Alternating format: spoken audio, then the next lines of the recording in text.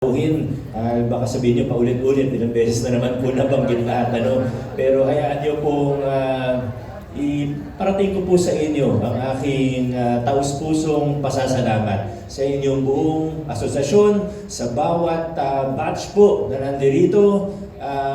Siyempre, pati sa mga kasama natin mula sa DepEd, sa ating LGU, kay Kong, kanina po. At nasan po ulit yung batch 1971? Batch 1971, po. Sa ngayon po, sila po yung pinakaunang batch na kasama po natin. Ayan. Kaya kayo na lang po muna yung babatiin ko. Batch 1971.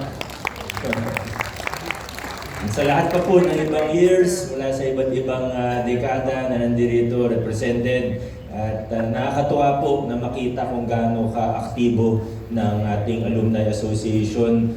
Katunayan, sa aking nakikita, siyempre nakakausap namin mga city councilors, si Kong, lagi po namin nakakausap ang iba't ibang Alumni Association mula sa public, mula sa private schools, at sa nakikita ko po, hindi lang po kayo basta yung pinakamalaki na asosasyon ng mga alumni, kundi sa totoo, kayo rin po yung pinaka-aktibo sa lahat ng Alumni Association na sa buong lungsod ng Pasig. Marami rin naman pong ibang aktibo, pero kayo yung pinakamaraming proyekto, pinakamaraming membro, pinakamaraming batch na aktibo. At siguro hindi naman aksidente yan. Hindi yan nagkataon lamang. Dahil bukod sa kayo yung pinakamalaki, makikita naman natin na through the years, ang dami ng produkto ng Rizal High School. Mula sa magigiting na public officials, hanggang sa iba't ibang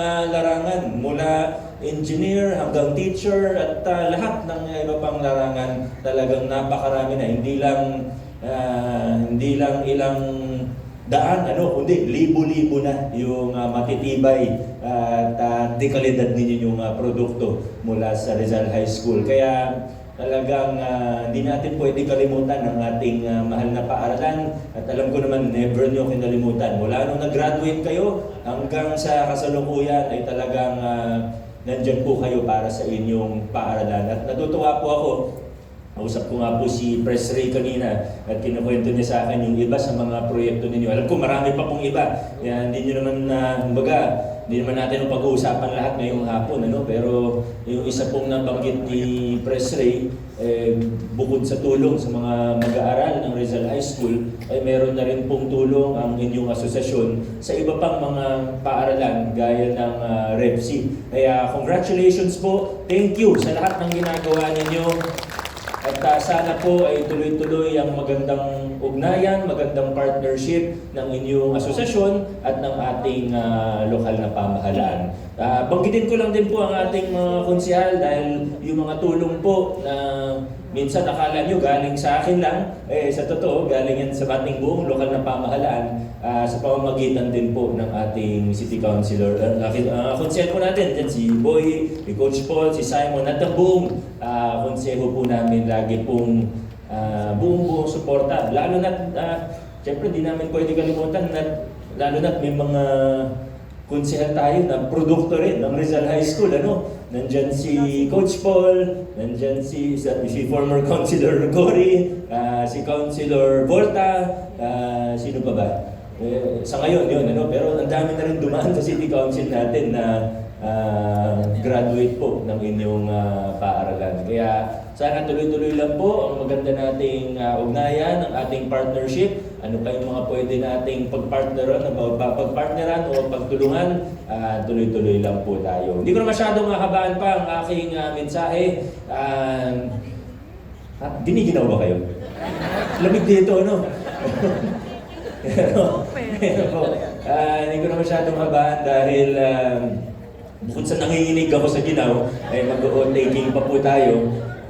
Sa ating mga outgoing officers, maraming salamat sa lahat ng accomplishment, sa lahat ng nagawa po ninyo. At sa ating mga incoming officers, sigurado naman po ako, hindi nyo lang po basta ipagpapatuloy, kundi pag-iingtingin nyo pa ang mga nasimulan na ng ating asosasyon.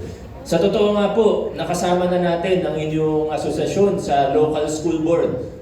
siguro alam naman ng karamihan pero para sa kaalaman po ng lahat, ang inyong Alumni Association ay hindi lang aktibo sa Rizal High School mismo, sa mga ibang project po ninyo, kundi miyembro din po kayo ng ating local school board. At ang local school board natin ang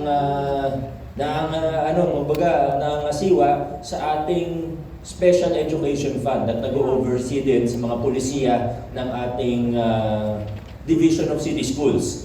Kaya malaking tulong yung mga input, yung mga insight po ninyo at pati na rin yung mga panukala po ninyo.